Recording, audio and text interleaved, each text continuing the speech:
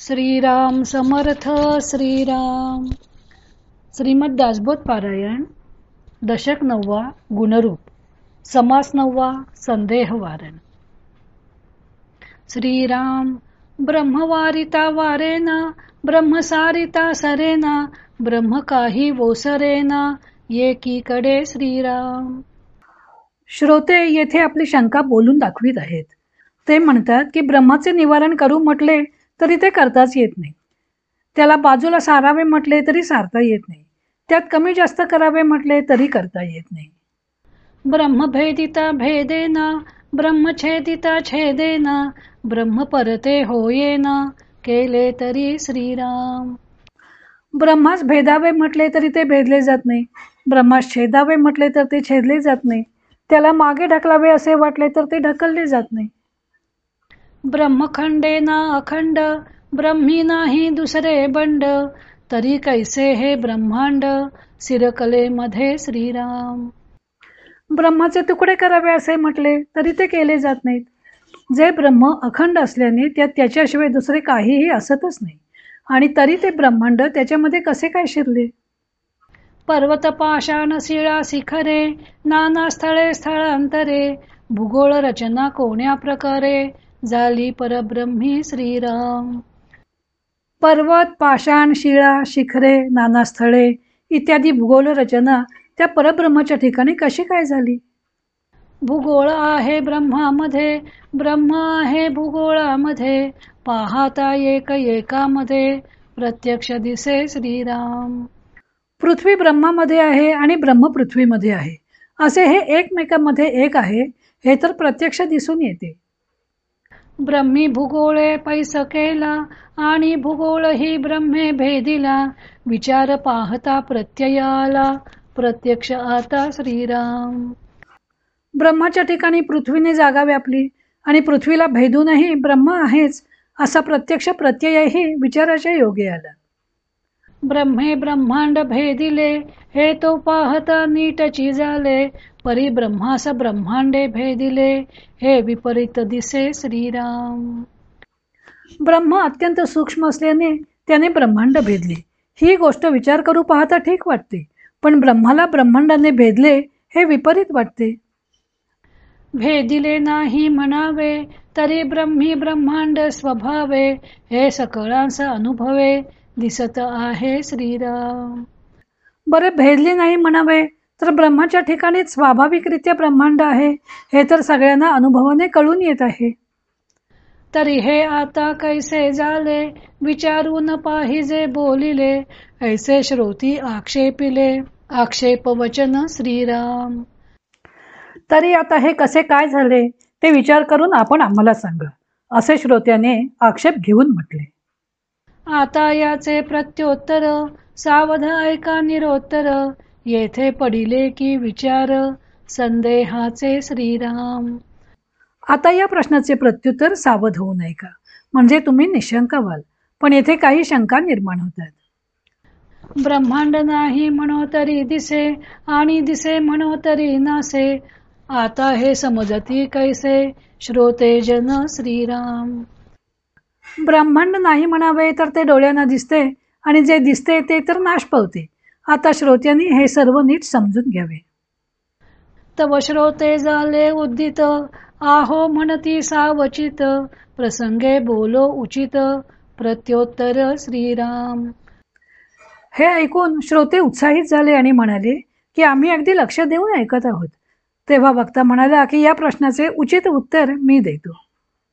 आकाशी दीपास लाविले दीपे आकाश परते केले हे तो घडे ना पाहिले पाहिजे श्रोती श्रीराम.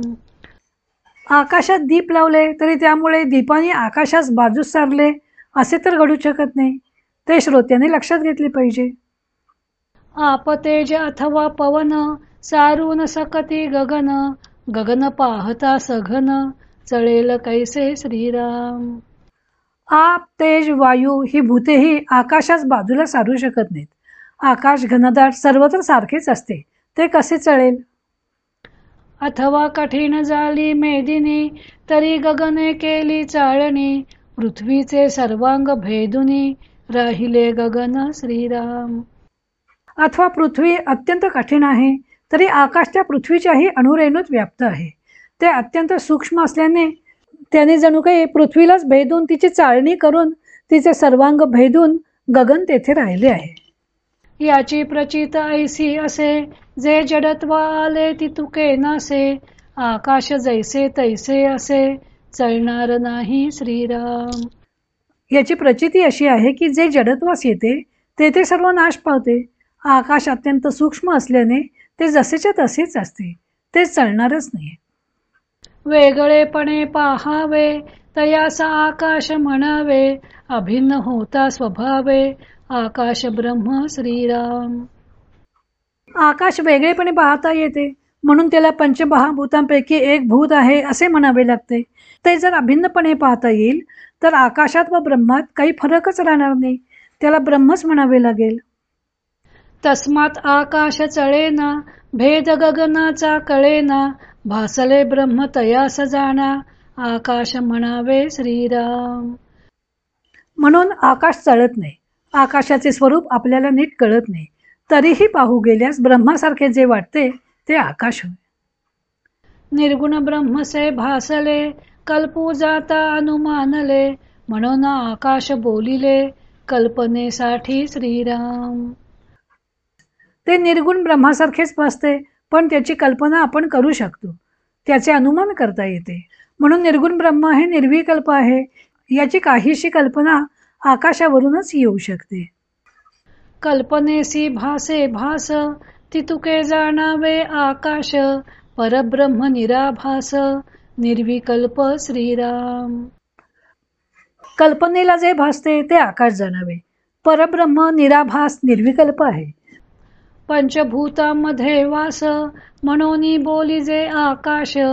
भूतांतरी जो ब्रह्मांश तेची गगन श्रीराम. सर्व पंचमहाभूतांमध्ये आकाश तत्व व्यापून आहे म्हणून त्याला आकाश म्हणतात. भूतांच्या मध्ये जो ब्रह्मांश ते गगन होय. प्रत्यक्ष होते जाते अचळ कैसे म्हणावे त्याते. म्हणून या गगनाते भेदिले नाही श्रीराम.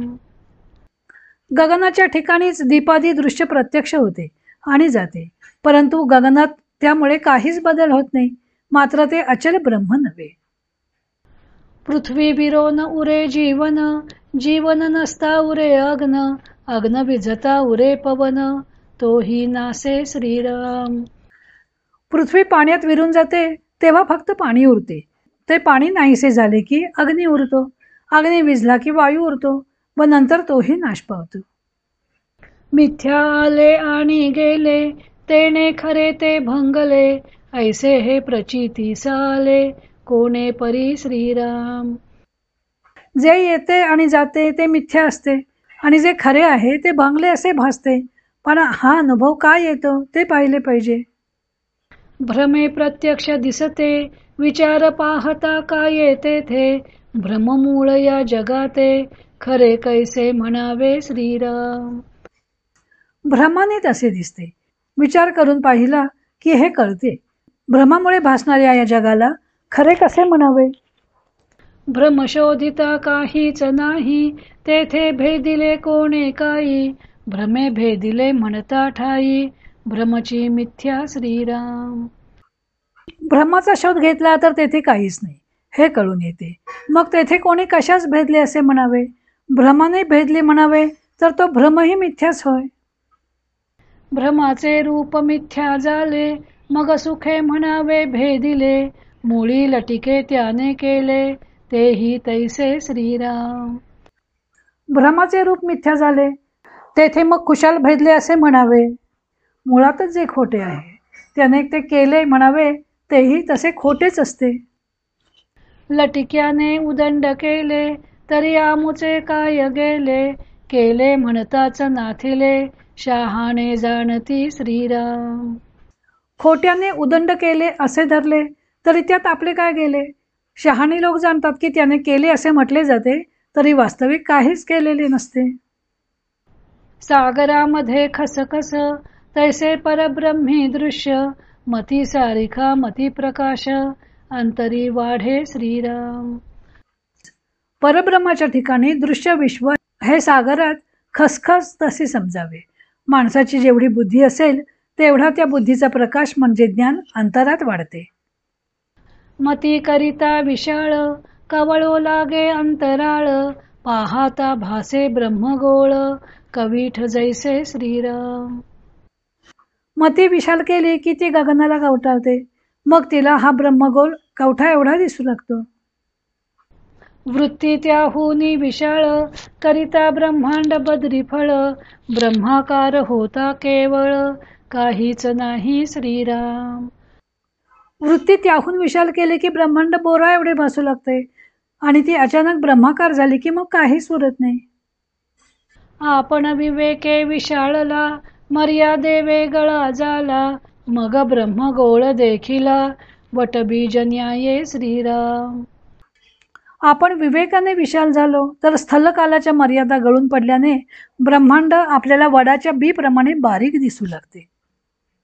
होता त्याहून विस्तीर्ण वटबीज कोटी प्रमाण, आपण होता परिपूर्ण काहीच नाही श्रीराम.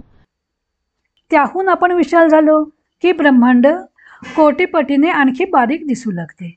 आपण परिपूर्ण ब्रह्म झालो की ब्रह्मांड उरतच नाही.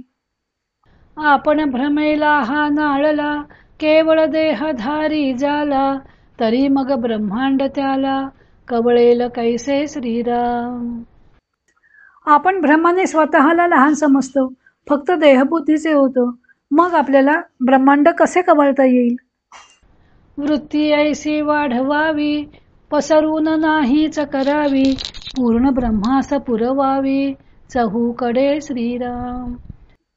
वृत्ती अशी वाढवावी की ती विस्तार पाहून नाहीशीच व्हावी, पूर्ण ब्रह्माला चहूकडून पुरून उरेल अशी करावी.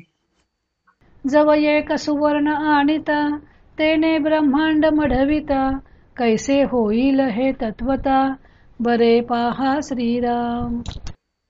आपण जर थोडे सोने आणले आणि त्याने ब्रह्मांडाला मढवण्याचा प्रयत्न केला तर कसे होईल पहा बरे.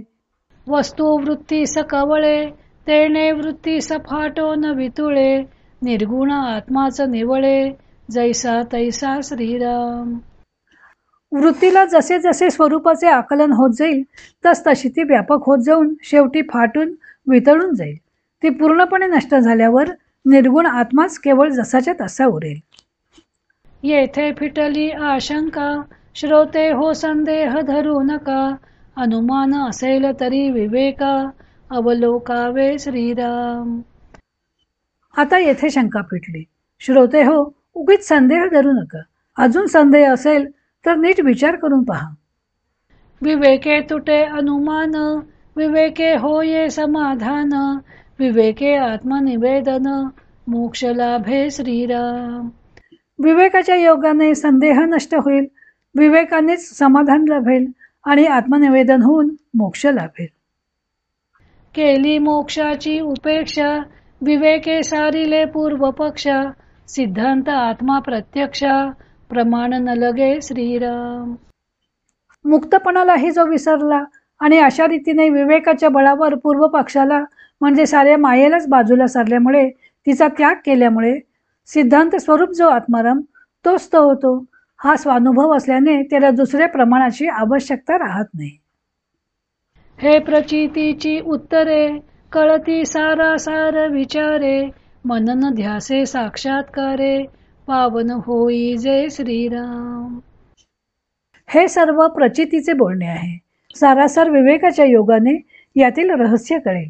त्याचे मनन आणि निधिध्यासन केल्याने आत्मसाक्षात्कार होतो व त्याप्रमाणे तुम्ही पावन व्हाल.